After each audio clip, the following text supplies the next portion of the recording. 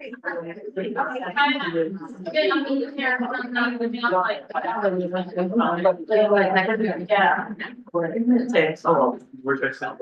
I said, in your normal spot. Really? Back on there. Sorry about that. Yeah.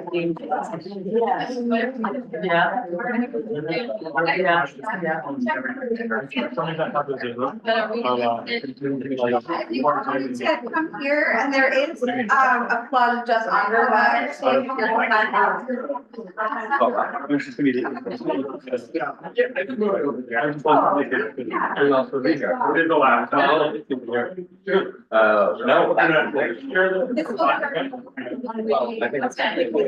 It's live already, but I know both our papers and records couldn't be here. What's picking up? Oh, maybe. I accidentally hit the volume. There we go. Okay, cool. Awesome. I'm like, look. Do you have this? Yeah. Here. You feed it through. How are you? This is direct line. Okay, there you go. Thank you. Yeah. Counting forums. And I think, No more. and a village forum too. Are you ready? Oh, yeah. Are you ready for this? And then is this doing some sort of, oh, it's not, okay, cool. All right, so let's call our workshop meeting to order. And set some ground rules, because it's awesome seeing so many people here. I know, right? Yeah, there's only one agenda item tonight. And that is a topic of consolidation. There are extra copies of the one pagers that are available on both municipal websites. They're printed out on the side table, where I will keep replenishing those stacks until November 3rd. And there is a QR code on that table. There's only one copy of that. You can take a picture of that, and it leads directly to where you can submit questions and whatnot, to get answers in the weekly, answer email that goes out. So this is basically both boards' first time, working together through the draft joint consolidation agreement. And we have the folks from the Benjamin Center helping us work through it. And what we're planning to do is have some time at the end for, hearing any questions and comments, and basically collecting that from folks who did come to the meeting, so that we can continue to work through those. I just want to make a note that keyword in the draft consolidation agreement is draft. So that's what we're working through together today. Tim and Lauren, did you have anything from town side? Cool. Thanks, everyone. So take it away, Benjamin Center. All right, here, I'll share. You need to vote to call into order, and there's a workshop. Are there any? How does that work? That's a special meeting? Why not to do that? All right, Sure. motion, yeah. You already called the meeting. I called the meeting I to seconded order. You seconded it. All in favor? Aye. Aye. Awesome. No one opposed? All right. Thank you. I'm so used to not, chairing meetings. It's all good. You passing the baton? Yeah, so, passing the baton to our amazing friends of the Benjamin Center, KT and Scott, who have been so helpful throughout this process, offering pro bono support, and making all this really wonky stuff make sense, at least to me, and hopefully tonight we'll all, be able to work through it together and keep making sense of it for the public too. All right, so yes, we're KT and Scott, and we're here to talk about another key word in the JCA is joint, right? So this presentation we put together summarizes the town and village of New Paltz joint consolidation agreement. Scott and I and Alex and Tim and Lauren have been on a working group for several months now. That also includes the Verge Group, who's the consulting firm with expertise in New York State local government, as well as several attorneys dotting our i's and crossing our t's properly. The JCA is a required document so that you could move towards a consolidation vote in November. So it's a plan, basically. It's a very prescribed plan. There's a statute that says what needs to be in it. And we've been, I don't know if you're gonna hate this analogy, but, and when I was driving here in the car, it's kind of like Mad Libs. You get the form. My kids love Mad Libs, so. And we had to fill in the blanks, right? If you write a law from scratch, right? When I first got on the village board, I wrote a security deposit law. I looked up all the different laws and wrote it, right? I had to do it from scratch. The JCA is different in that there's guidelines, right? There's an outline, and the state is literally like, don't change the outline, don't change any of the subsections, just fill in the blanks. These are the blanks that needs to get filled in. So all the blanks we filled in have been under the guidance of the working group and the intentions of the full boards as they made their, what they valued and what outcomes they wanted to see, whether it was had to do with boards or employees or services or whatever. So, many of the details in the JCA are not included in this presentation. We included the things that we felt the board would want to talk about, know more about. It's a super technical document. It's like reading an encyclopedia or some type of technical manual. We do encourage everybody to read it. You can get the JCA in its entirety, as well as all the historical documents related to consolidation, as well as several one-pagers. We took a bunch of topics, whether it's tax impacts or fire, or give me another example. Just the fireman tax credit. There's one-pagers, there's FAQs, there's a place that you could submit questions. We answered them pretty quickly. You can see all the questions that were asked and answered when the village went through the dissolution process last year, as well as the ones that we've been answering. So newpaltzconsolidation.com is some pretty good one-stop shopping for everything you want to know about consolidation. And it provides a 24/7 opportunity for residents to do that because it's all on the internet. So tonight we want to make sure board members understand the draft JCA, so because on June 1st, you're going to decide whether or not to send it to public hearing, to go towards public scrutiny, public microscope, and start hearing from the public about the content of the JCA. So any questions or comments, let us know as we proceed. This workshop is not a pro or con for the JCA. It's an evaluation of the content.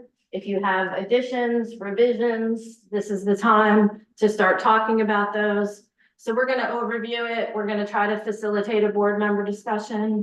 What we thought we would do is just pause after each section, and you can ask questions after each section instead of going through the whole thing and back and forth and on around. And as Alex said at the end, if there's time for the public to ask questions, that's up to the boards if we have time. So did I skip one? No, well, you could say, here are the topics that we will cover. and Yeah, these will- I don't need to read these. These are the aforementioned topics and we're gonna have slides on all that stuff. The law that guides this is Article 17A. It's very, very specific about what needs to be in there and what shouldn't be in there. Oh, yes, and by the way, we just got more comments back from the Department of State. None of them were substantive. Since we've been working with them all along, they did have, a marked up copy. Some of it was checked with this office, that office. We had already done that.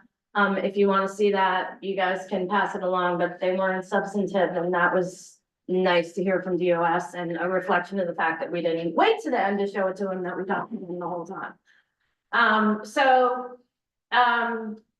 In contrast with dissolution, it's not just terminology different, there's actually substantive differences. This agreement is required if you're gonna go through the process that your boards chose to go through. The vote is a simple binary yes, no, should the village and town consolidate, right? That's the macro question.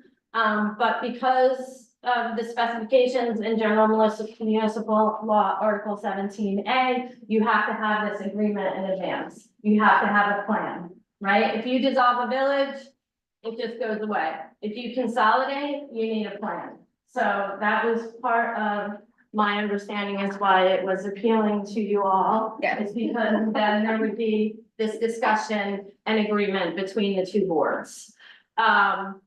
A majority of village voters need to pass it, as well as what we have been calling the donut, the town outside the village, right? The town roughly is this, and then there's a donut hole that is the village. It's not a perfect donut hole, it's a historical donut hole with lots of stories to tell. So literally, you're looking for a majority in the town outside village and a majority in the village. You can't have more than one vote, even though village residents are technically residents of town, they don't get 2 votes. And this is actually not too far away, held up by precedent in the case having to do with Falling in Dutchess County.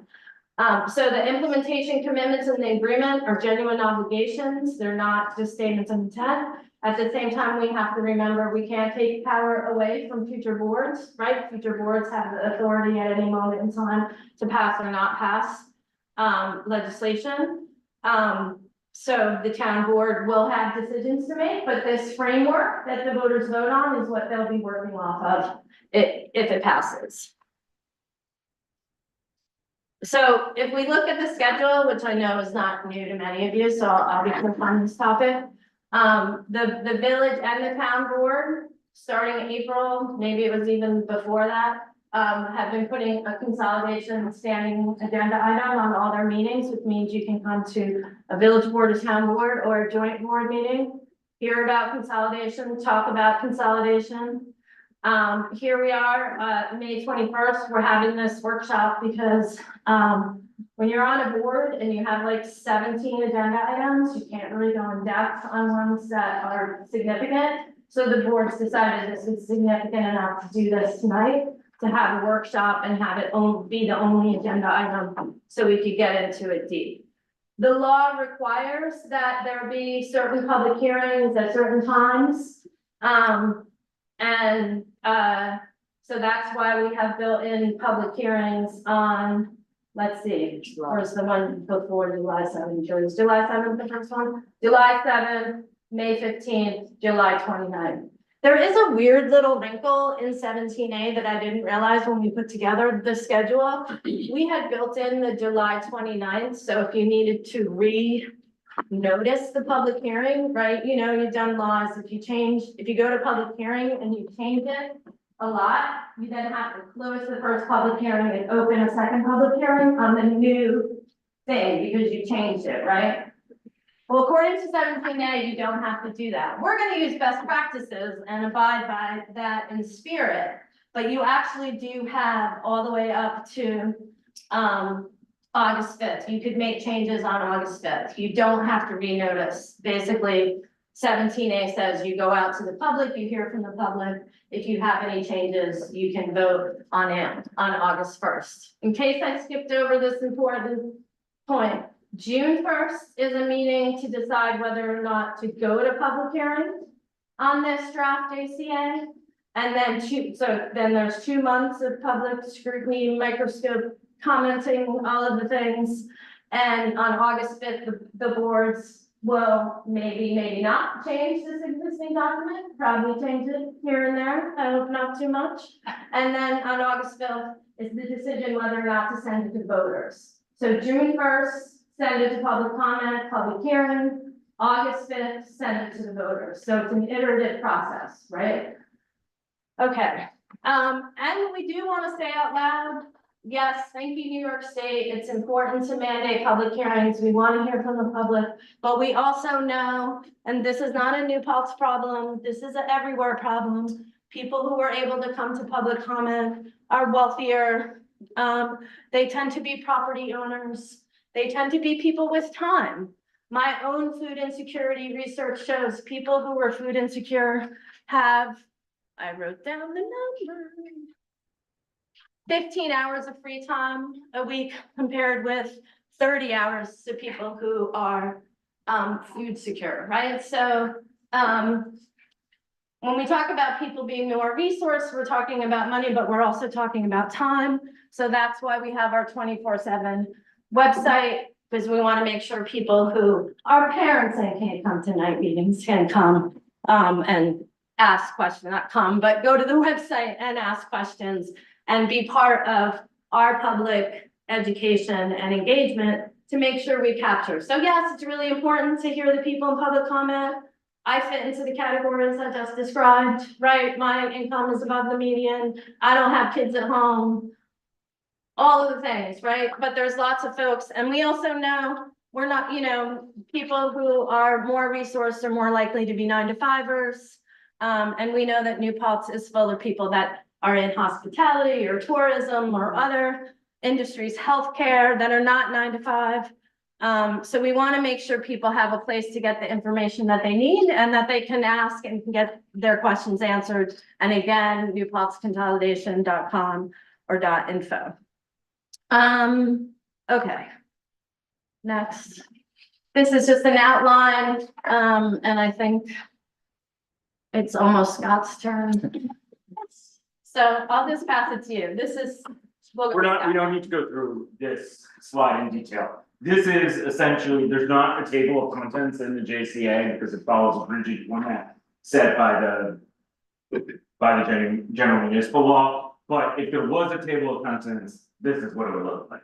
So it's essentially a reference for the various things, including, cost estimates, boundaries, everything like that. Okay, so the way we're gonna do this is we're gonna go topic by topic.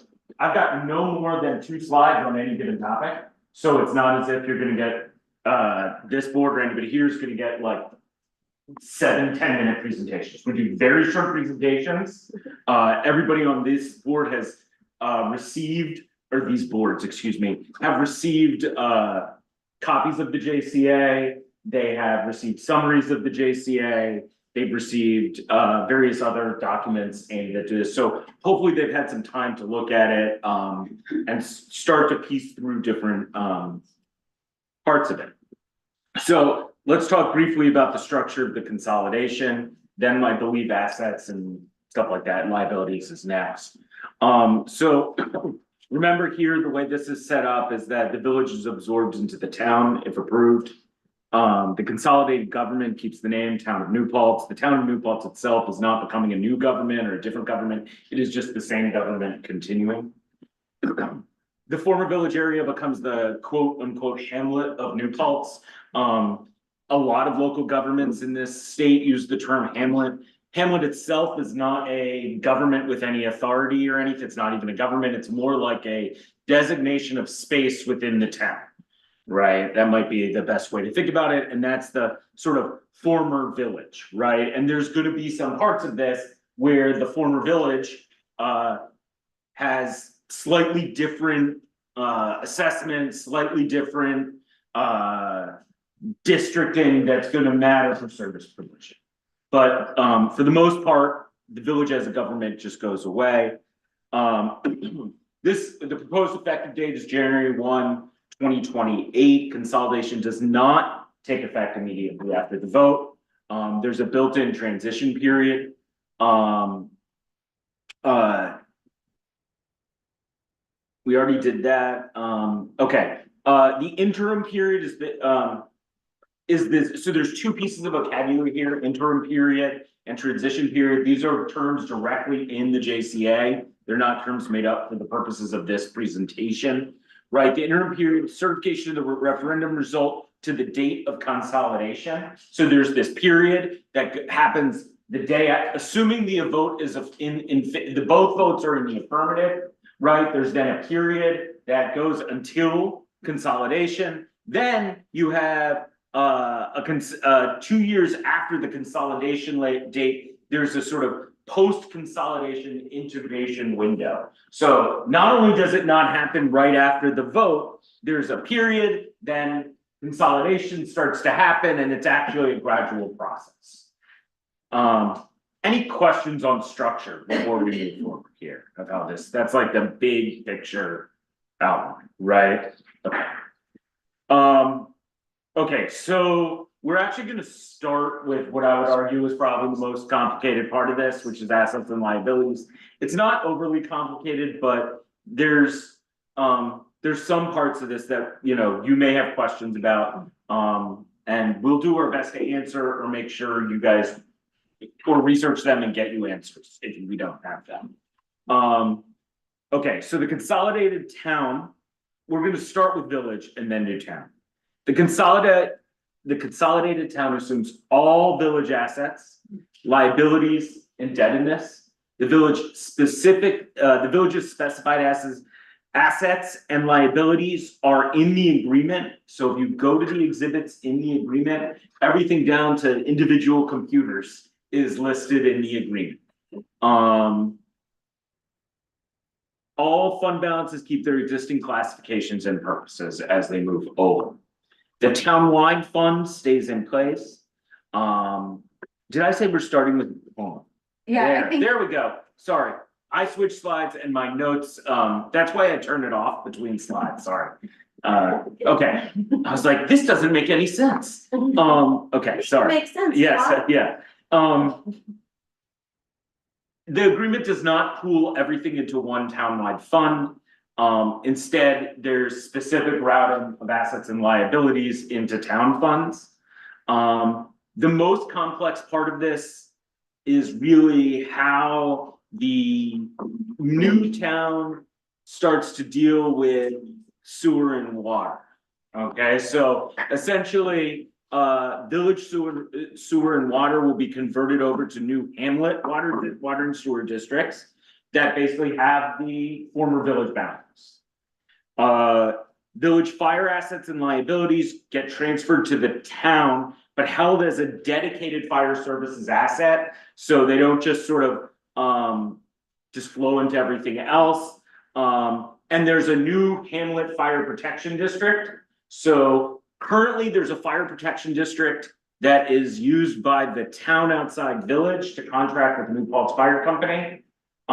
Because towns can't have their own fire departments, but they can have fire protection districts. So when somebody tells you a town can't have a fire department, your response really should be technically true, but not real.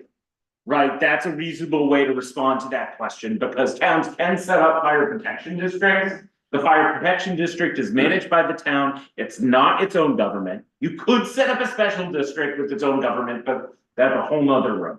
Can we highlight that this was the friction during the last time consolidation or coterminus was discussed in New Paltz?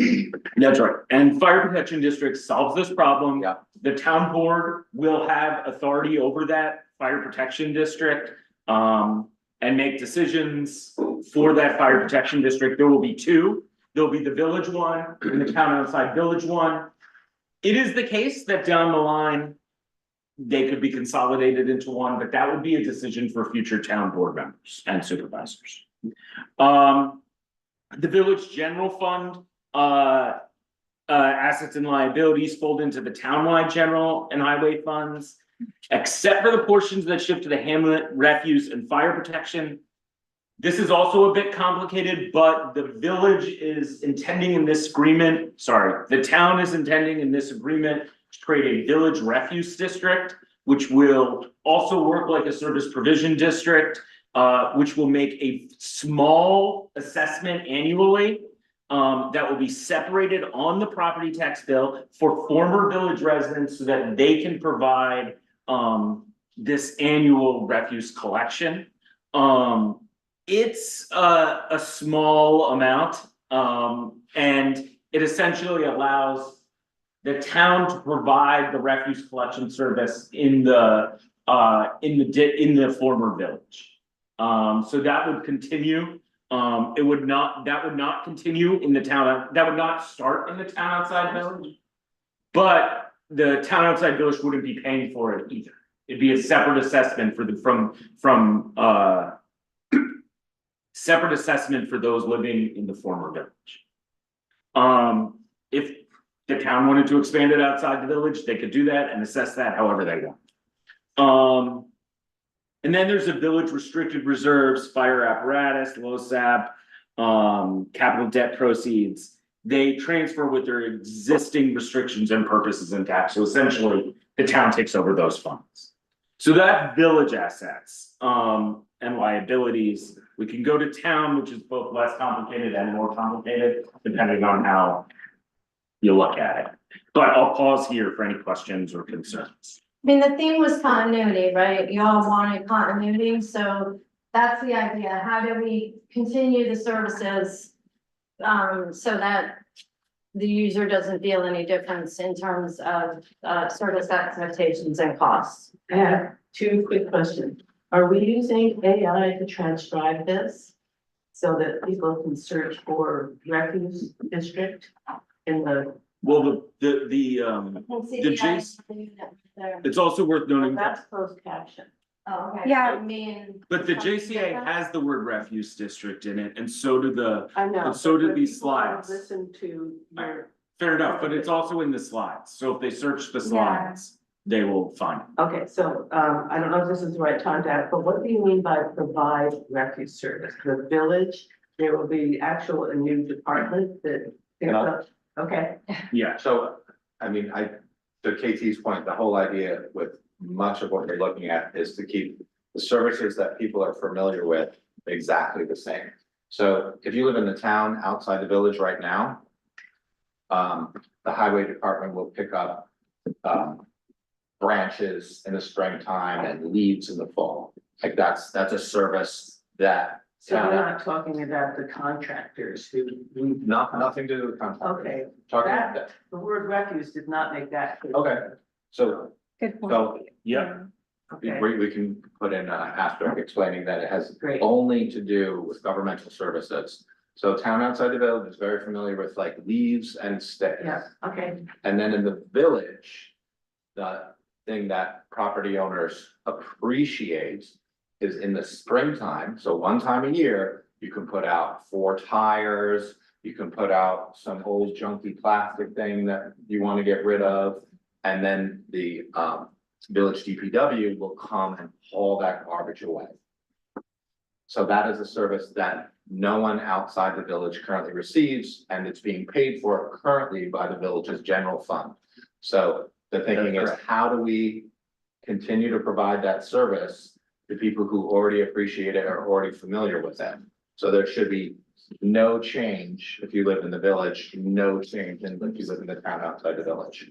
It's one of it's one of the coolest things, you know, one of the top 1,000 cool things about being a and the village town person. used to offer that service, but we have to discontinue it, right?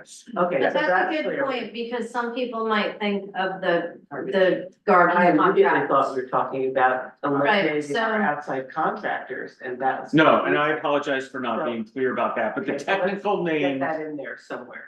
okay, but the technical name of the the service provision district in the JCA will be a refuse district. Okay, are you allowed to put parens and say brush and sticks people? There is an explanation of what it does. in the Okay. JCA. So it doesn't mean that, but yes, Okay. that, it's a failure of my end to be specific on exactly what. But I think it's a fair point, because Yeah, you're yeah. referring to the single hauler contract. Exactly. So the single hauler Yeah. contract is Right. something that, again, would not be touched. Okay, You know, whether we consolidate or do not consolidate, the single hauler contract will continue unless a future board decides to do something okay. Correct. differently. So it's almost just like a contract with a third party that has very little to do with the government. But not a failure, it's just a little. I know, No, he's I, so, yeah, we're it's, super curious, what did we miss? This is a good one. okay, yeah. Any other questions on this one? You can keep going if you want. Okay. Thank you. Sure.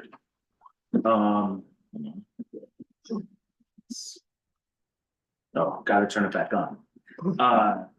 Okay, town. I think I have 2 town slides.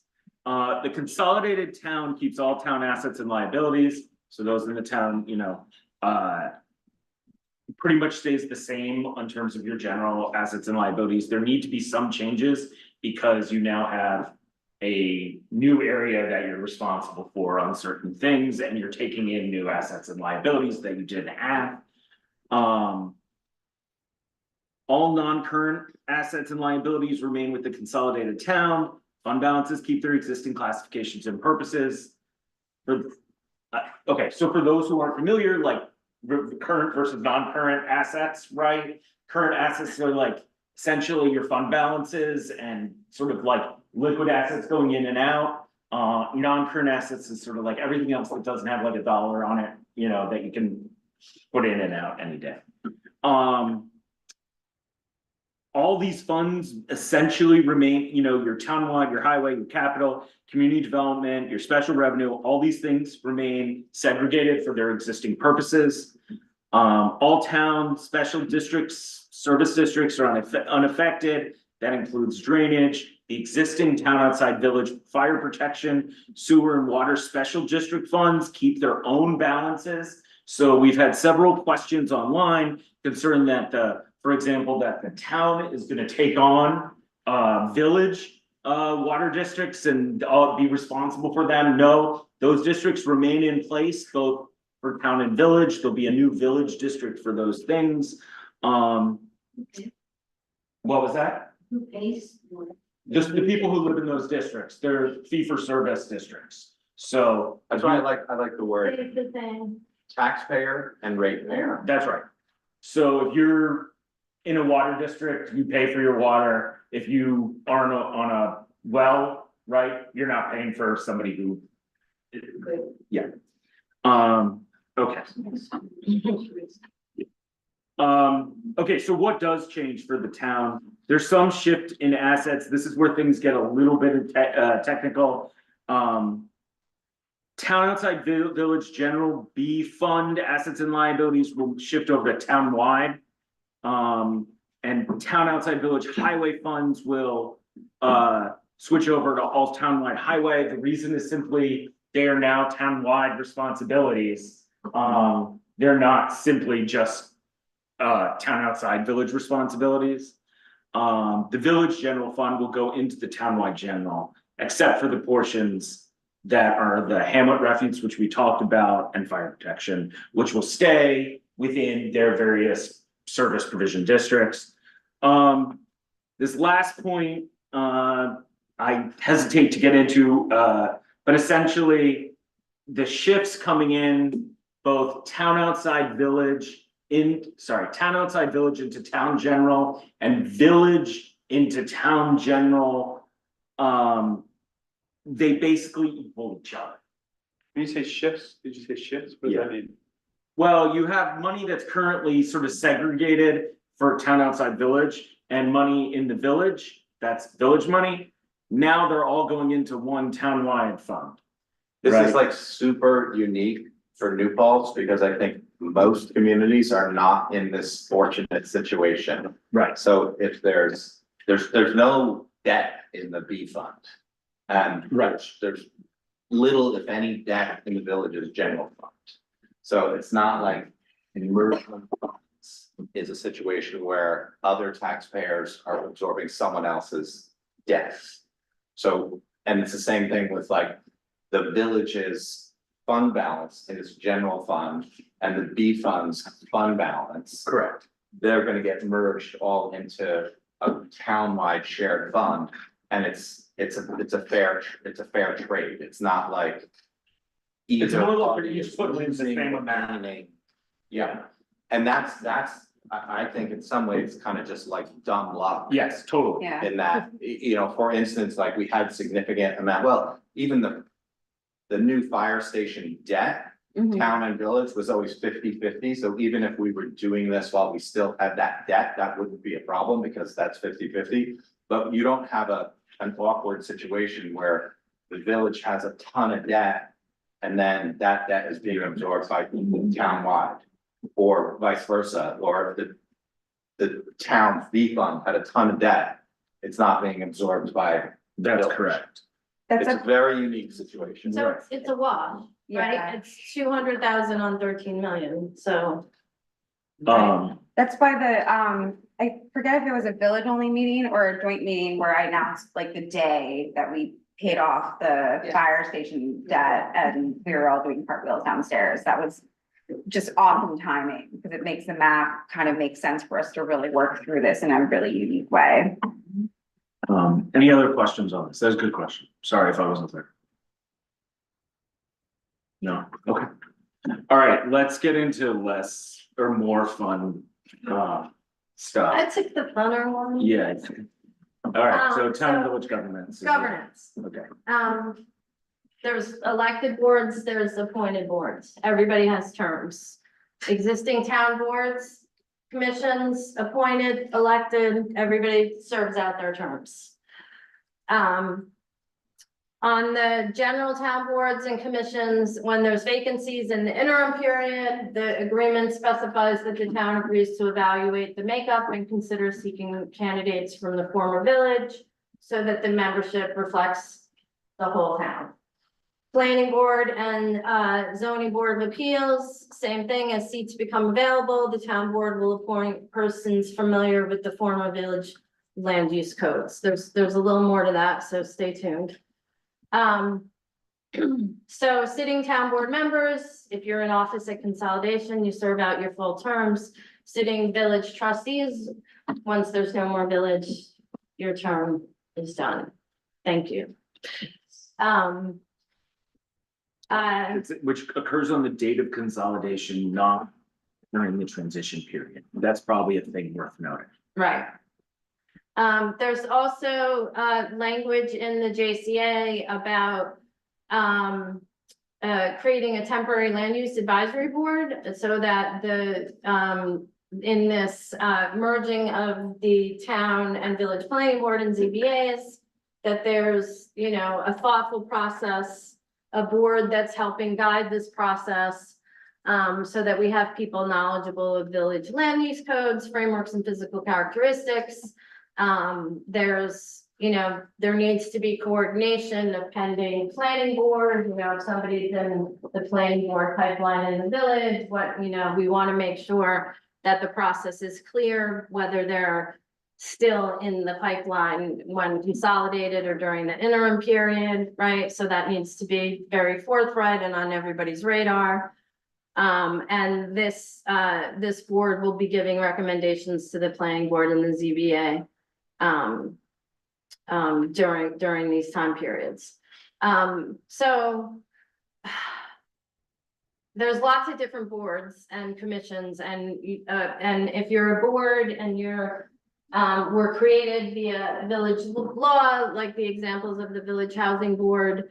Basically, a board has more teeth than a committee, like planning board has to listen to a board more than it has to listen to a committee. So these are different, right? And they don't exist in the town. So the JCA specifies that there will be a housing board and landlord tenant relation council created and operationalized to add to the new town, not a new town, it's not a new town, the new configuration of the town, to make sure that these things are very important. I know they're important to me and very many people at this table and in our community. So we're going to continue doing those things.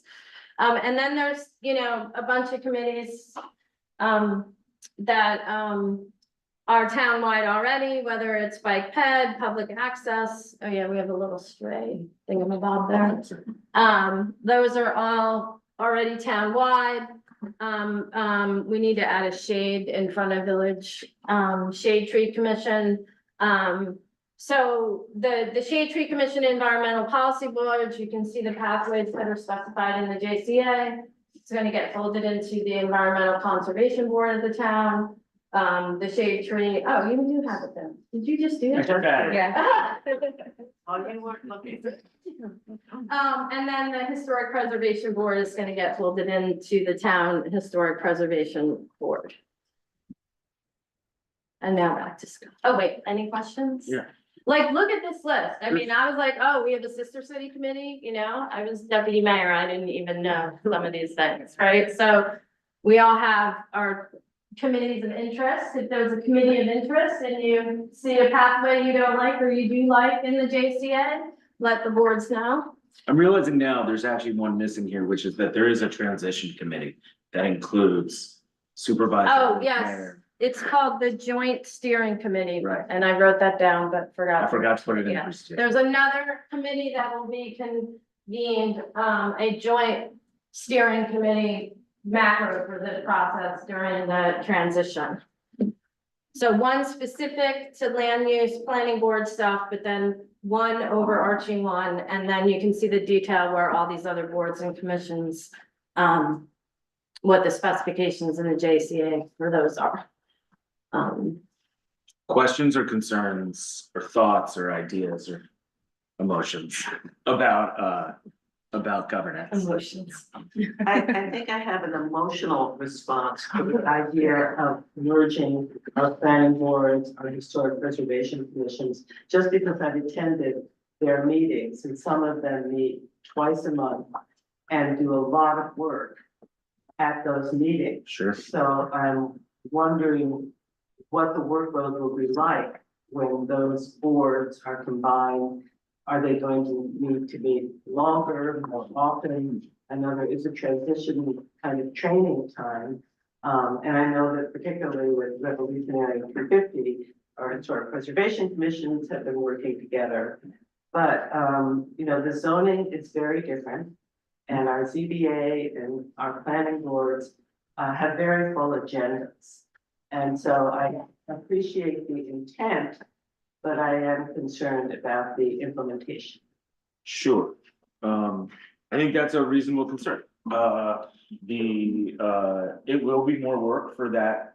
I mean, just definitionally. So, there's probably, there might be some alternative governance mechanisms that could be considered for managing it. But my sense is two things. One is that over time, it's something that will sort of sort itself out, right? There's plenty of planning boards in New York State dealing with areas much bigger than the combination of New Paltz and Town and Village, which is not to undersell the work being done here, but I do think it falls within a scope of manageable. But that's ultimately for you to decide, or for everybody to decide. Yeah, it's your meeting. I mean, Kitty, I thought about this a lot too, and like my thinking is, you know, I think things are a lot more complicated than they ever used to be. And that's why relying on staff and consultants is more important than ever. And I think by having like a single planning board that's then served by your staff, like your director of planning and zoning and other staff, like, you know, when we've made changes to make sure that the volunteer planning board members are being supported by professionals, I think it works better than the way it was, you know, decades ago, when a lot of the work that volunteer boards were doing was basically all done by themselves. So I think there is kind of like an inevitable culture shift that's already happening, and we've embraced some of it, but I think you're moving in the direction of like a more sophisticated, a board with more difficult and challenging responsibilities. So you kind of have to do this anyways, where we have to create like a different paradigm where consultants and professional staff are, you know, serving our volunteers and making sure that they're feeling supported. Okay, nice, jump in. Go on. Oh, please. Yeah, I've just noticed from watching the boards a little bit that sometimes you have a presentation by a very well-funded group, and they have lawyers and archaeologists and city planners and traffic studies, and they have all this stuff, and very few people on the board, just to Tim's point, are knowledgeable, and they can get a little bit overwhelmed, I think, with the authoritative data that's presented to them. And so I'm kind of in favor of that the boards are supported in a way where they can be informed by somebody who's not, doesn't have a conflict of interest because they're serving the applicant.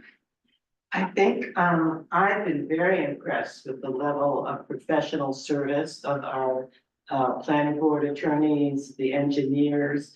And that is something that our volunteers heavily rely on, is Right. their expertise. So I guess I'm wondering if there will be a need to hire a full-time professional planner, or yes? I mean, And very possibly, I think that's like a decision that the, future board should Well, consider.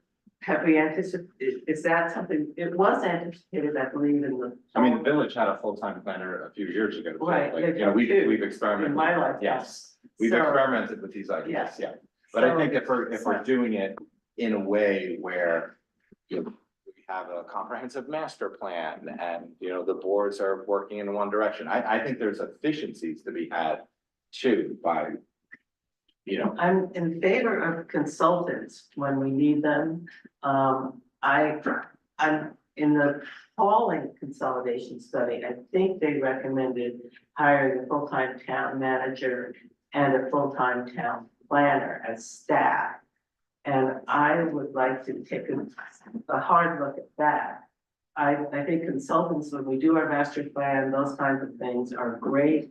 They don't expect to be on our payroll forever, for life. So I'm just, I don't know if there's a way to look at this plan and determine whether or not we think there will be a need to hire. Though, I mean, town planners are earning $160,000 a year, not more. Planners, and then there's benefits and all that stuff. So are we, So it's a little bit jumping ahead, but we had a lot of conversations about this very thing and other jobs that might change or be needed. And so when I get to the tax impacts, I'm gonna talk Okay. about that a little bit more. There is money set aside, but we were not prescriptive like that. Number one, we didn't think that it was our crystal ball to determine how a future board would do with their budget. So there's a little bit of a balancing act there, right? You do need to use 70% of the state money. We do recommend in the JCA that remaining 30% go towards employee harmonization. So that there's a chunk of money that perhaps things like that could be spent on. We didn't feel that getting that narrow and saying you should do this. I hear. But you. there's I don't- definitely a big chunk of money for stuff like I don't that. wanna be funneled into having to use that 30% for new jobs until we understand that that's what we need. Right, That comes out of right, this study. right, Yeah, that's So- pretty much what she's saying. yeah, yeah. But that 30% also, So that's $300,000. I was gonna say it's only $300,000. And to Kitty's point, that could be, 1.5 people maybe, or, it's not an. There's infinite- also other jobs that are getting. a Yeah, little no, I know. And are in charge of more things, and instead of a new person, you might wanna pay them more. Or there's, These are not for us or even you guys to Yeah. decide, because a future board gets to decide that. but, and also there is the elimination of some positions, for instance, mayor. Right, Village, right, So right, there that- there are yeah. cost savings. yes, There's also the elimination of tasks, right? Because there's, for instance, we have staff in the village and staff in the town doing water bills. Right? I don't think there's ever a situation where you're gonna take those people and like not need them because they can do plenty of other tasks. But that's two different tasks that will just become one. So one thing that's gonna happen if this goes through is that over the transition period and actually probably an additional year or two, the town is gonna sort out exactly what it needs to do and what it needs to hire, who it needs to hire. These boards have made an incredible effort to preserve the employees of the village and the town. At some point, some of those people are gonna leave for other jobs, they're gonna retire, they're gonna do that. And that is also gonna open up opportunities for you to reconsider, like you always can, how you wanna distribute jobs. I think putting the creation, you could argue that a full-time planner is good regardless of whether you consolidate or not. Obviously, the village and the village and town have already considered it at various points, so, it's definitely something I've made a note about it. Okay, And I'm gonna thanks. make sure to bring it up again in future meetings. Okay. And Cause I think it's a good point, for sure. And to that end, you know, the village having achieved, like, we're one of the only two municipalities now in the county, we achieved our gold. Housing smart communities, you know, level, right? And so there's been talk about that helping unlock This is me. planner, you know, resources and paying resources, you know, collaboratively through county levels and stuff. So there's other ways to start thinking about all this stuff now.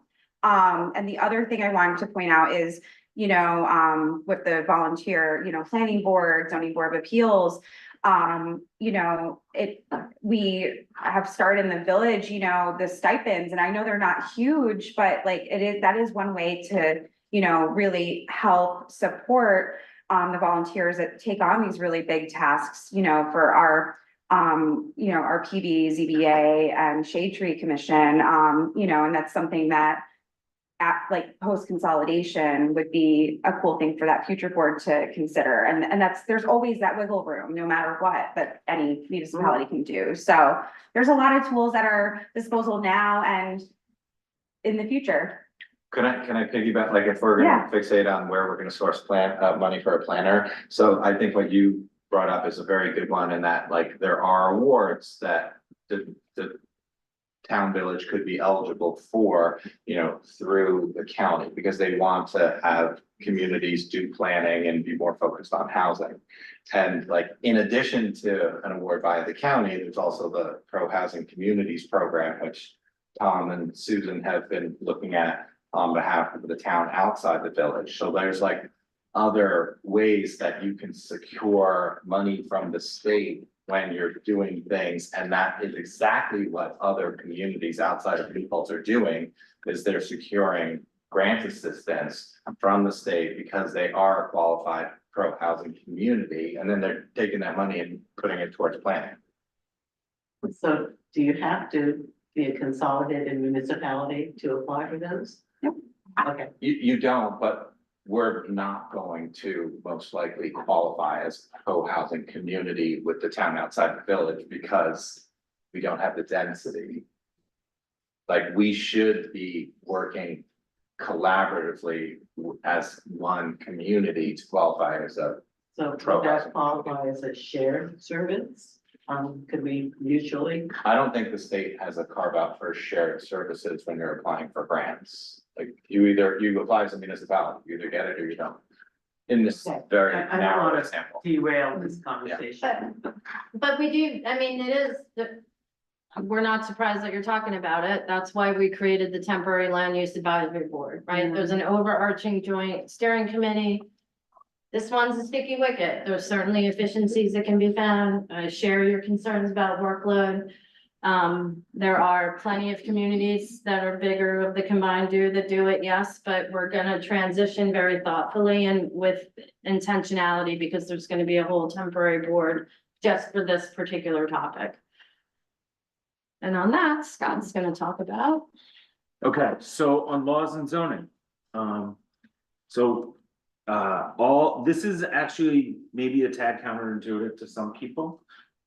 So all existing village and town local laws, ordinance and regulations remain effective in their current areas until they are replaced or amended. So nothing is automatically wiped out at consolidation. If the town and village decide to consolidate, this JCA anticipates a, you know, joint review process, not only for zoning and stuff like zoning and zoning appeals, but also resolving conflicts, duplicative laws, obsolete laws. So there needs to be a sort of review of existing laws and ordinances in effort to sort of clean things up and make them consistent, ideally make them consistent, or continue to have certain things. For example, you can imagine noise ordinances being different in different places or something like that, right? Just as by way of an example, like, it wouldn't be unusual for one part of a town to have a different noise ordinance than another part of the town. Or the noise zone. Right, exactly, a noisy zone and a quiet zone, right, exactly, yeah, You pay less for more noise. what? You pay more or less for more. I don't know, you just sort yourself, I think. There's a meter. Right. Noise meter. The hybrid town zoning codes now would fold the village zones into the bring them into the town. And then over time, as we've sort of already alluded to, you'd work on sort of ideally, you'd work on some sort of comprehensive plan that sort of rationalize zoning across the town. And then the other thing is to remember is that all permits, approvals, and variances issued before consolidation remain valid. I actually think this is a point worth thinking about as you think about talking to constituents who may be concerned, whether they have pending projects or are worried that all of a sudden the work they did to get approval for something is just gonna disappear on consolidation day and nothing. That's not true. This is stipulated in state law. So it's not an issue. Scott, I think it would be more clear going back to that Yeah, slide. sure. So where it says hybrid town zoning Yes. folds into village districts, like that's 100% true for zoning that's like broad. But I think what's really important, and I've heard this question numerous times, is that the individual districts don't get touched. That's right. So like if you're in a town outside the village district, whatever it is today, it remains, NBR B2 in the village Yeah. remains. Yes, That would only get touched in the future if we pursued comprehensive. that's correct. Or any kind of zoning reform, right? Yes, So you're supposed to do a comp plan before you change the zoning, but. nobody but does fair that. enough. Technically, Well, you did that.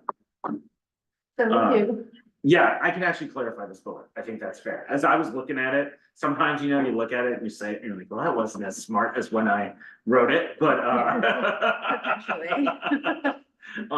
so yeah, that's what. Because we love the NBR and B2 and we would not want them to be touched. Right, nor do they need to be. Yeah. Yeah, okay. Is this me? it's you. This is the only one for which when we were writing this, I put civil service law, direct citations. I didn't do that all over this, but since this has been a major issue or major concern, and by concern, I mean like something you are concerned about moving forward, right? All town employees remain town employees, all village employees transfer into the consolidated town and become town employees. Village employees transfer under New York State Civil Service Law without further examination or qualification, retaining their civil service classifications and status with full seniority credit for all prior village service. There's any accrued vacation, leave, sick is carried over. Any unused leave not credited by the town is compensated for the balance. And the town agrees to waive its residency requirement for employees transferring from the village. We've been waiving that forever Sure, because it is so expensive to live here. sure, So we need to look comprehensively about the shift that will go to town residents. And we'll have to talk about that, but we don't want the town to become more expensive. We already, the village and the town find that most of our employees can't afford to live here. yes, and yeah, Okay. I mean, this just puts it in writing that this won't be an issue, when village. If approved, when village employees transfer. Yes. Your point is we're already doing it. and Right. It's good to Yeah. memorialize it. And then there's this question of unions. Existing collective bargaining obligations are honored. It's not quite that simple. This makes it sound more simple than it is, and I'm realizing that as I say it. But basically, the sub bullet is the better bullet here. The town agrees to negotiate in good faith with bargaining unions to harmonize compensation scales and benefit terms. And initiate those negotiations during the interim period rather than after consolidation. Ultimately, unions are gonna make choices for unions and the village and the town, and then the town will need to work with them and whatever union choices they make. Are there typically more village employees or town employees in any given group or in any given union, potential union? I don't know the answer to that. There's more town employees in the union. Yeah. Oh, do you mean in this specific, sorry, I don't know. Okay, if you have 4 village employees and 20 town employees, then the 4 village employees theoretically would have less of a voting block. That's than the- true. than the It's 20. actually somewhat equal in that, so in the village, there's only one bargaining unit, and in the town, there are 2. So if you're taking the DPW and the others in the village's bargaining unit and moving it over to the town, they would get into primarily the town highway, and then the town has a general unit. So it kind of like shakes out a little bit where it's not as lumpy as the 4B20 like you're talking about. That sentence did jump out at me. It's not right. I gotta fix that top bullet. It's not exactly. Understand Do it, how do it the right now. town, No, I'm not. Well, erase it. Say it again. I don't understand how the town would be negotiating on behalf of the employees without the employees being in that sentence somewhere. The town agrees to negotiation in good faith with the bargaining, unit, I The assume- employee bargaining. the units. employee bargaining. But are the employees in that room? Yeah, Or are we well, talking to the they're CSEA, representatives. Or are we talking to UPSU? The bargaining units are the employees. Just so you know, there's different unions in the town and the village. Because we've had conversations before, So the town will negotiate Different. with the bargaining units, whatever they are. Okay, this is the first time understanding that the words bargaining units mean current employees. It means, And it means maybe union. that's the terminology you have to use. So we would be talking to all of the employees, the ones who are in DPW, and I guess yours is CSEA. And saying, how do you Who am want I? to? Yeah, aren't you, Your you're, DPW is in Use town. CSEA. Yeah, we're CSEA Okay. is Yeah, our, village is Union. CSEA. and it's Town is DPW update. and other. Yeah, But the town has 2 units, general and highway, and the village has 1 So- unit, which is a mix of It is a mix. DPW Yeah. and general. So I'm just trying to understand what the town's, well, are we representing our employees and saying, we can make you whole? you're not representing them. We They're can't. representing themselves. You're negotiating with them. It's actually adversarial, the way, I mean, in the technical sense, right? You're negotiating with, This took me a little while to understand too. Basically, you have your town employees, you have your village employees. They join and form their own bargaining units, their own. Bargaining units, employee bargaining units. So that's an entity, these bargaining units. And then you have sort of the administration. And the 2 are in opposition or in cooperation, but they are negotiating with each other to come to some agreement as to benefits and pay and all that stuff. I'm, explain this like I'm in kindergarten. So are we saying that we and the employees are bargaining with CSEA? No, No, No, CSEA is the the, bargaining union as the representative of the employee. think of it as the union. yeah, they are the employees, CSEA is the employees. you know, Well, CSEA is a huge, They have a local unit. Yeah, but one's consolidation. So, yeah, What's the basically, the employees.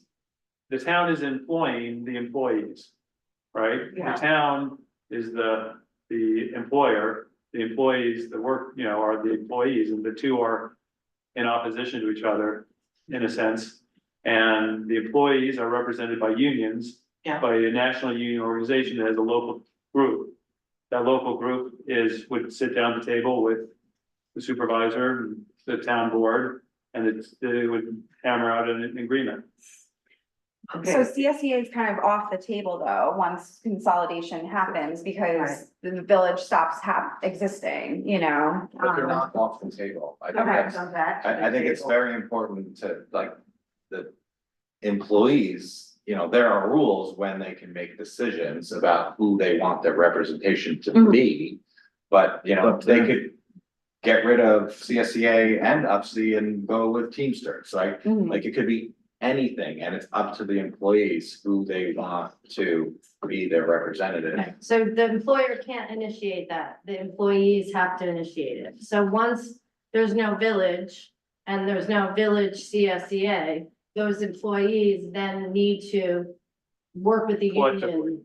Right, the union is I mean, I pay my dues to my union, right? I pay them to be the representative to my employer, Or they, all right? the, So if the village goes away, sorry, it needs to be We have like people who represent the other employees in these things.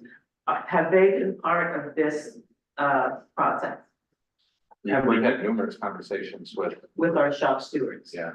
Okay, so they're aware and they're good with this, okay. Yeah, I don't know that I they're, don't, they're there's no other choice. 100% aware of, Unions are employee initiated by employees, not by employers. So So, I you think- can't, as an employer, say you're gonna do something that the employees need to initiate. So I think it's worth saying that the absolute best the JCA can do is essentially guarantee that they have a job after consolidation. After consolidation, all village employees will have a job with the town.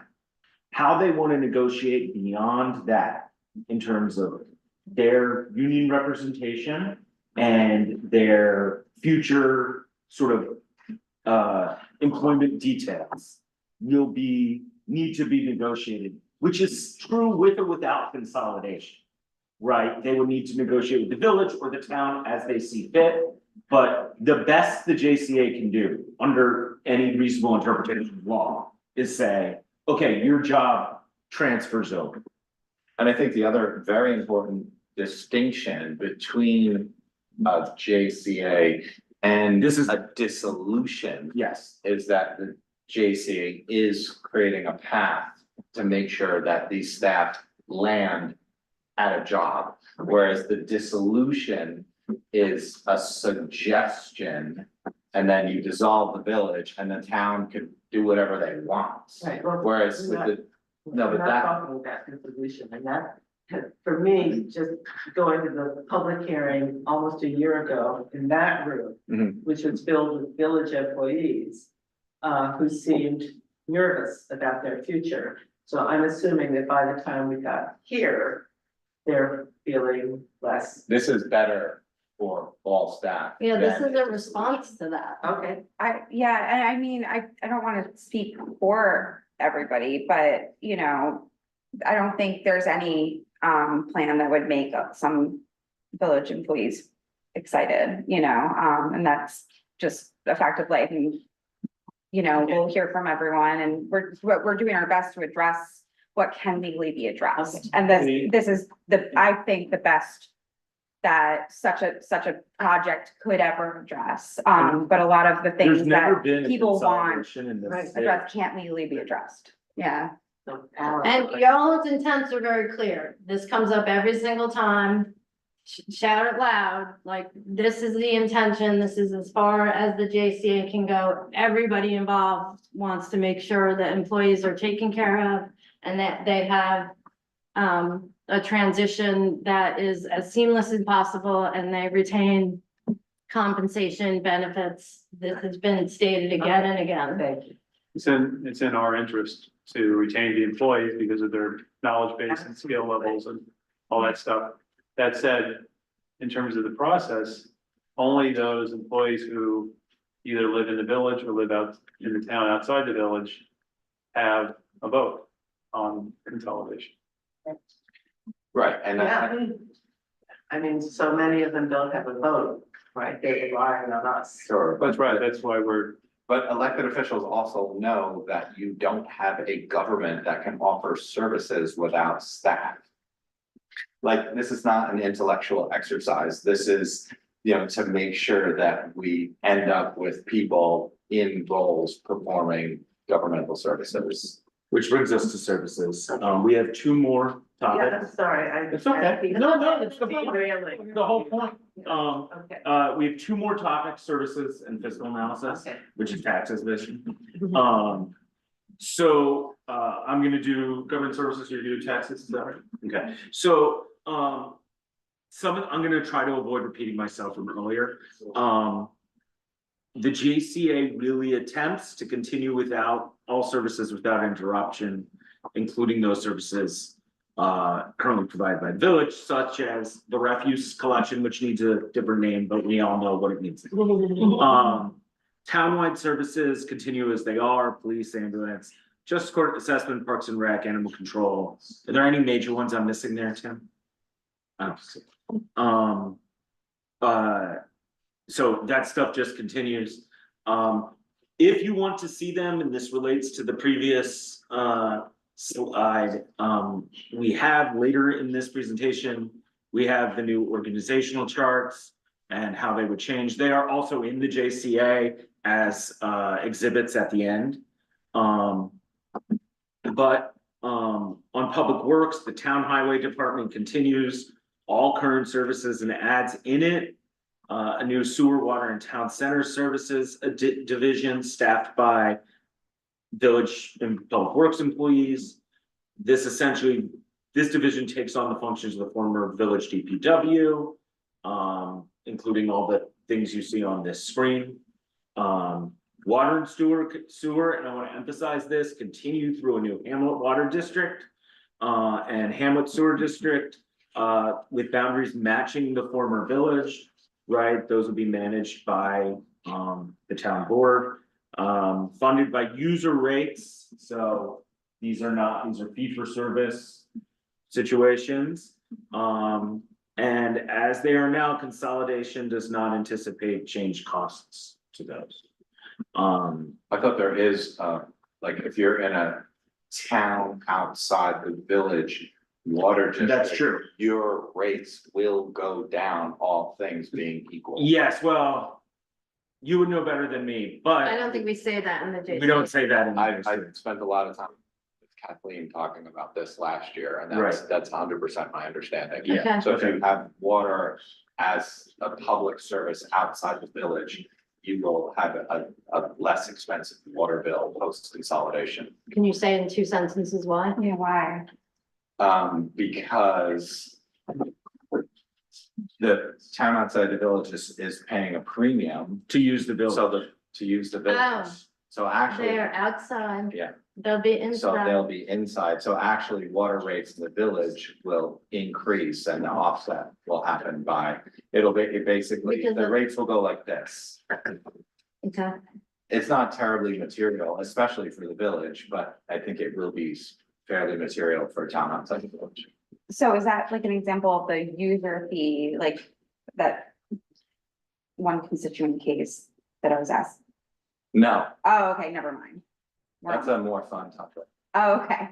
Can we get a chart on that? Because that is a big question that people who are town outside the village water users have asked, because they do pay a premium, they pay a They pay surcharge. more. That's right. So if we could get a chart showing, They pay 2 surcharges, the village levies a surcharge and the town levies a Right. surcharge. so, well, so we pay our ideally- staff extra to pay the. So really, the way you have to think about it, right, is like you have all this revenue from town outside the village, you have all this revenue from the village. You're gonna take all that money and put it in the same bucket, and then the And rate, divide it up again. then divide it up again.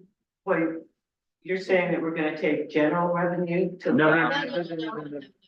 He just meant the I'm saying district it will costs, be a it costs, it system costs, as opposed to Let's town show- it costs a outside. certain amount of money to run the water service. Make a nice It's gonna chart and continue write it to up. cost exactly Yeah, I'm that making- same amount of Right. money, but who pays for what changes? That's right. Town outside of water. We'll do a 1-pager or we'll You definitely can 100% have, that say Yeah. that if you have muni water outside the village, your rate should go down.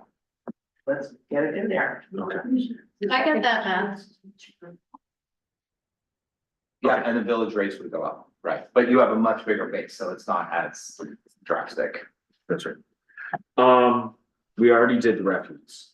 And I feel like we've already done fire. Yeah. So let me just put it this way. Are there questions about the fire district provision, fire service provision? It feels like it's Or any of been the gone services over like a stuff. million times, but this is the good moment to discuss it if that's what you wanna do. You did the best explanation I've ever heard. Okay, all And right, there is a one pager on this as well. okay. And maybe we didn't say out loud, but costs will continue to be shared using the current formula, which is kind of 50-50 anyway.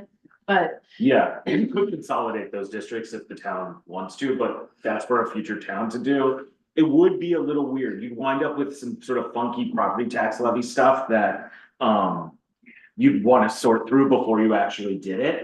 But it would be like it would be cleaner. So the overlying theme with everything is to have as little change as possible, so sticking with the current formula. Where you have 5 different service areas, you have town, village, municipal aid. SUNY campus and the thruway, so town outside the village pays for town, half of mutual aid, and the thruway. Village pays for village, SUNY, half of municipal aid. So you would just keep that same formula, and it's based on the previous year's number of Yep. calls. So no change, keep it with what everyone's familiar with. All right. Last section, is fiscal analysis or otherwise known as taxes. I'll hand that to Kate. okay, so this analysis is on the baseline tax levy, right? This is a point in time snapshot. There's, as has been discussed, there's many potential avenues for efficiencies. This analysis does not take into account those types of efficiencies. This analysis takes into account using 24-25 village and 25 town budget. If we put those together, what does it look like in terms of a property tax level when you put these two things, these two budgets together? It is just a fact that when a village goes away and becomes part of a town, if there is no intervention, that the town outside village taxes are gonna go up. That's just math, right? You have a village collecting taxes, the village goes away, those taxes get spread across the wider base, not for specific water, sewer, or specific districts that are ratepayer driven. But in general, it's just math. You get rid of the village, it spreads out, and most likely, without any interventions, town outside of village taxes go up and village, taxpayers go down.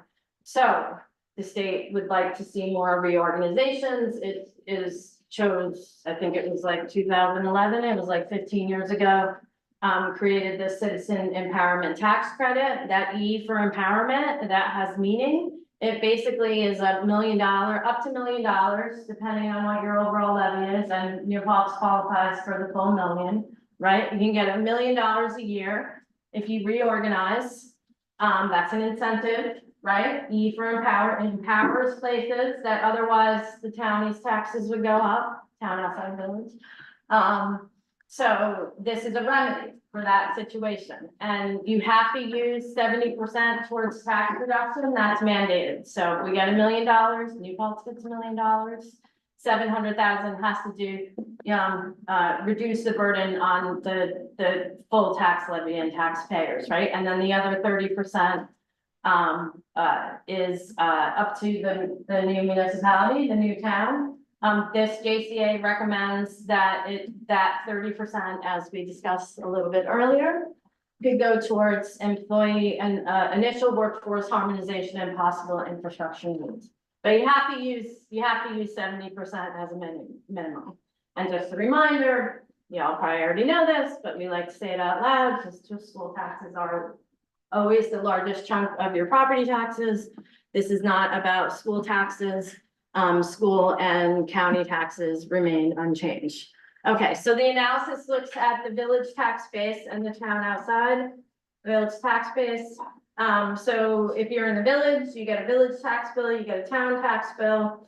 Consolidation ends the village, thus ending village taxes, and spreads that across a base more than 3 times larger, right? So no matter what in the village, if there was no CETC, there would be an estimated 7 to 9% decrease.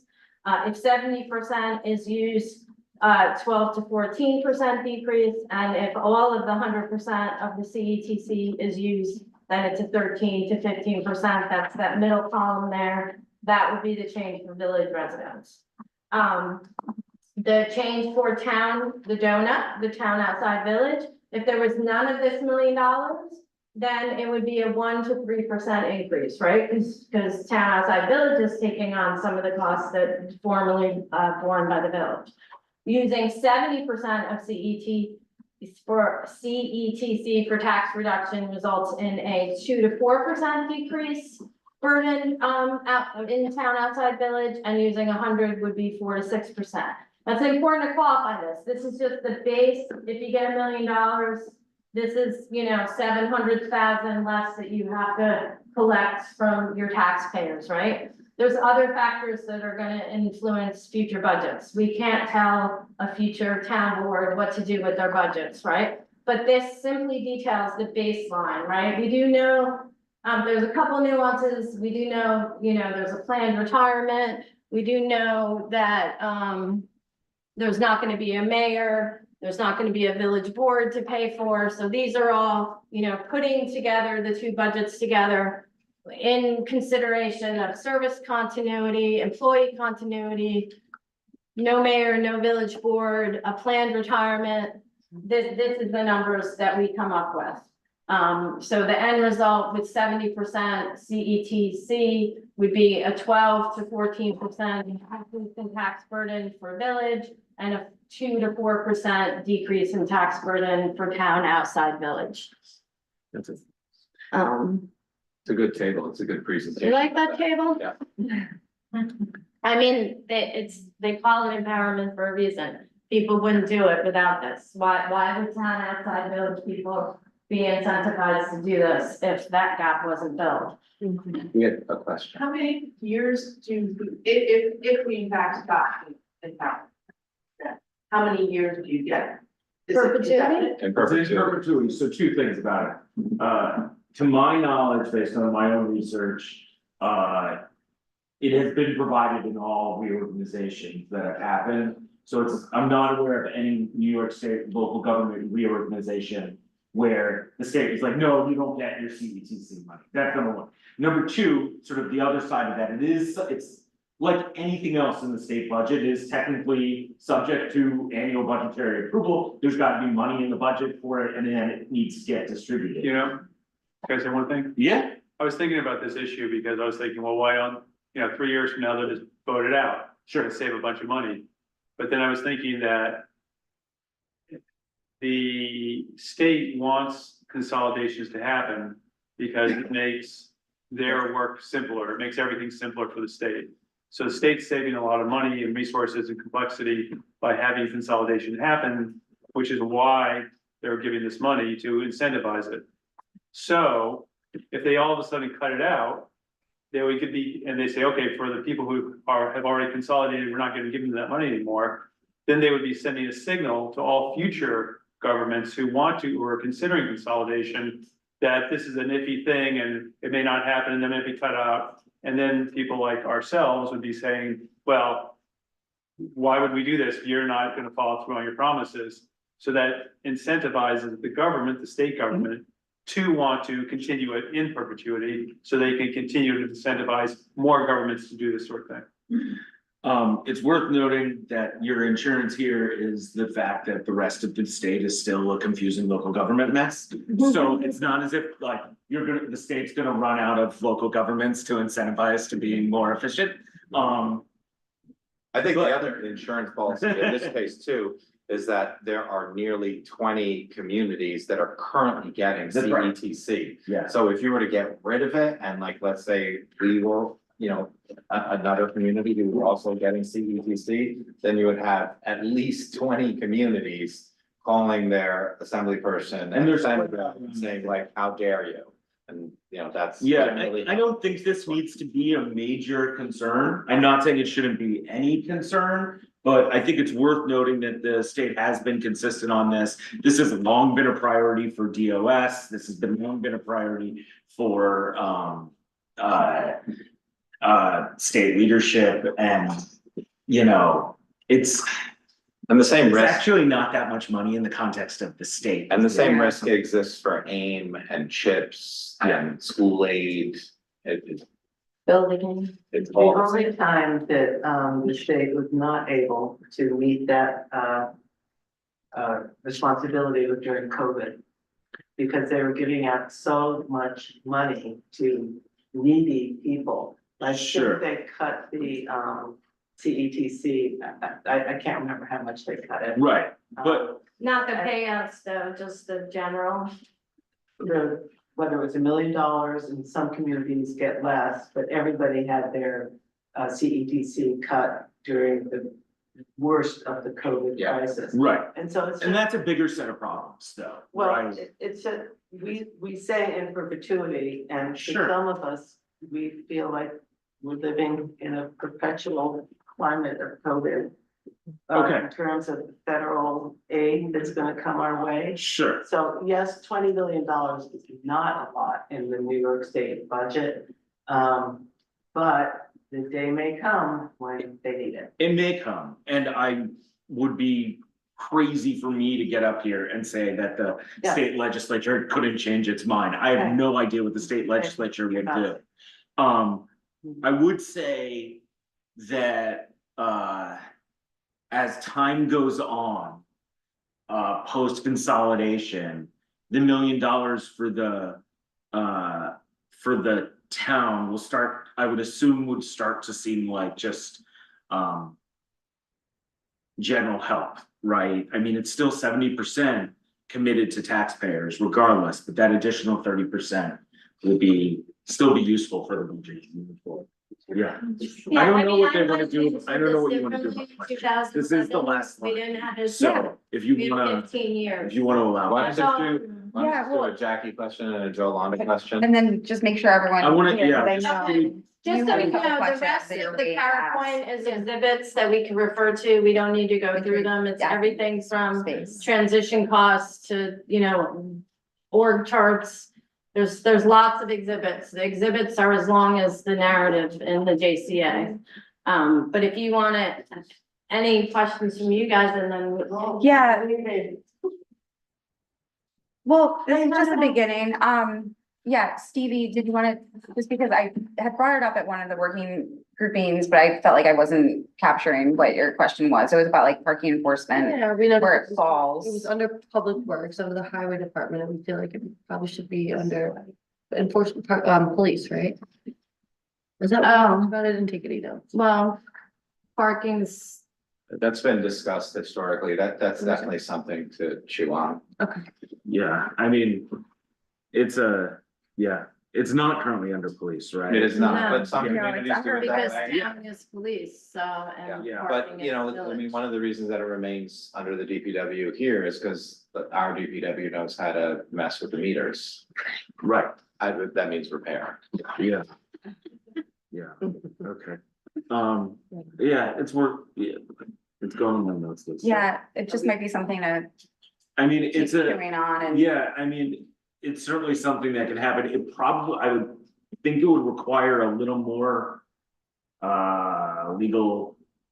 You probably need a law or something, maybe not. I don't know. I guess you if could just give it, Police you'd have want to it. talk to the police. Is I don't what, think is what they I'm trying to want get it. to, right? Are they gonna have a parking enforcement Speak for them. division? Right, yeah, I don't know, but it is something to think about. Was that the only thing? 'Cause it's a really active, yeah, And who do they report to? Nancy? Yeah, parking is Yeah. treasury, and then they work hand in glove with Yeah. public works. looks like we're. Then they work hand in glove with the treasurer's department, and they're collecting. Right, right. No one touches money but the, And it's a big, like, also that, the public part, is, Interfacing with the building. yeah, the interfacing with the public in terms of dealing with people coming to say, this ticket's not real. Yeah. And so it's just a bigger beast. And so did I capture kind of like what you're, Yeah. yeah, okay. So I guess it's a Maybe little there bit are a couple more, questions out here. than just something maybe highway should handle, which I didn't really think about. It's worth the previously. conversation. 'cause Yeah. it's You guys opportunity. wanna just take up like 3 questions from? Yeah. Well, let's go from Jackie over to that. I mean, Sounds good. Awesome. Okay, this is my time. Most of these questions are related to transition period. Do we start getting the CETC, whatever that is, during transition or only when the 2 years are up and consolidation is in place? My understanding is it's right away, but I'm going to research You're it. saying, Yeah, you I get it think as that's of the maybe date, let's confirm. Well, at least of that fiscal year. That's what right, I- not for the vote. I think Yes, not for the vote. Yeah, Jackie, we've had this conversation too, like, First, let's say the vote 2028. 2020. right, Sorry, not the vote, the consolidation date is January 2020. January. so that would be the start of CETC for New Paltz. That would be. One of the rubs with this, and this is something that we've looked at, is like you do want to be mindful as a community to pick that date correctly. Because if you pick the date like after the state budget, then you basically have a bunch of time without CETC. Okay, the other thing about transition that I don't quite understand, and by the way, reading that entire draft, my eyes did glaze over. Brutal. So I'm not sure if I, absorbed all the things. I did read it, It's but hard I'm to not sure I read. absorbed it all. We understand. I'll need another reading at least. Do you start a consolidation process in kind of a sequential way so that a particular department becomes consolidated during that period? Or does everything happen at the moment of consolidation? The former, like you do the easy stuff first and then the harder stuff you transition in, yeah. Thank you. Nothing will officially, village stuff won't move over to town until after consolidation day. But they can be working in whatever capacities that village and town want them to be appropriately working in. so can we just confirm with the DLS that because we picked the date of consolidation in January, that $1 million will be in that year's budget? I thought we had to wait until the actual, the 2028 date to get. Yes, the 2028 date is January the, 1, 2028. Not We- for Oh. The official consolidation date of the first of the year is the optimal date. I thought we had to wait till December 31st and we weren't gonna get it until the next year, but okay, that's good news. I do have a little trouble conceptually thinking of some departments consolidated and how does that work within still a town, village, governance, but you know what I mean? Yeah, I but think it's, that's why there's a transition period, because like Tim said, some of the things are gonna be easy and some of the things are gonna require some time and thoughtfulness, and that's why there's a whole transition period built in. But during that time, there's still a village and a town, and the governance is divided. Still have this. and then even after the consolidation date, there's a whole other window when you can like massage laws further too. But they're gonna have to learn each other's software, each other's financial software. It's gonna be a learning. Clearly. Yeah. Yeah, and I know, for instance, like the town uses Edmunds, we just, paid for an updated cloud service through Edmunds, and the village would love to use Edmunds. Given recent experience. Well, no, not even that, just historically Edmunds is, very good as far as the financial back office that, it's a more So you are sophisticated already product. transitioning to Edmonds, Who? the village. Us, not the village. Sorry. No, they're not, Please because protect they're us. not, the village has their own software. They, like, Sorry. a if the little- village were to go away, then all the financial functions would move to the town, where the town uses Evans. Okay, The village does not love their current financial software solution. okay, No. Oh, yeah, I met some people from Edmonds the other day too. This is one of the values, by the way, of consolidation. There's sort of an undersold one is that because all employees are being kept, there's plenty of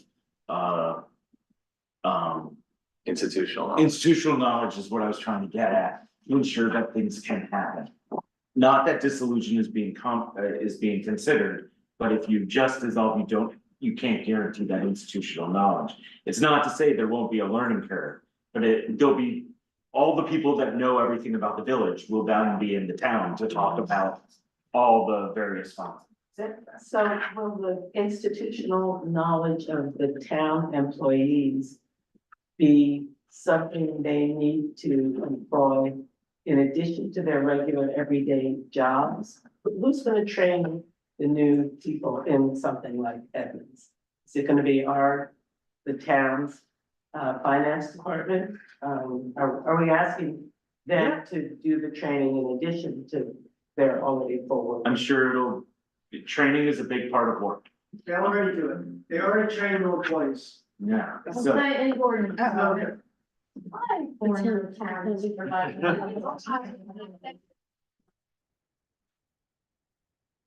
okay, do you want to go to a different question? Well, no, Maggie, I think we had a question right behind you guys. Now we'll move. Maggie. Oh, Okay. I'm sorry, I don't know your name. Karen, so this $1 million CETC money, something you applied for?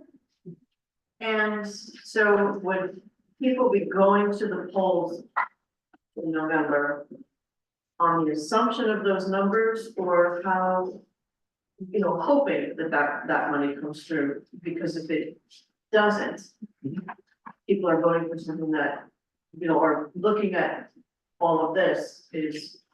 I think KT, you should answer, because you used the analogy before of like, we're just following a template.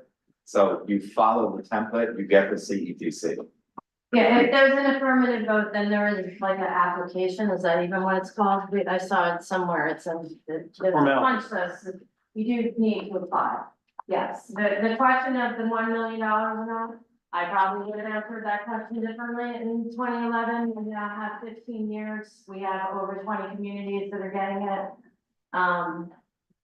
I've been on school board, I've been on village board, I've heard many people question if building aid is gonna come, if aim aid is gonna come. It's a normal reaction to wonder if the state is gonna do this, but I think at this point, with the precedence of the many communities that they're doing it with, and the way we're doing this, especially that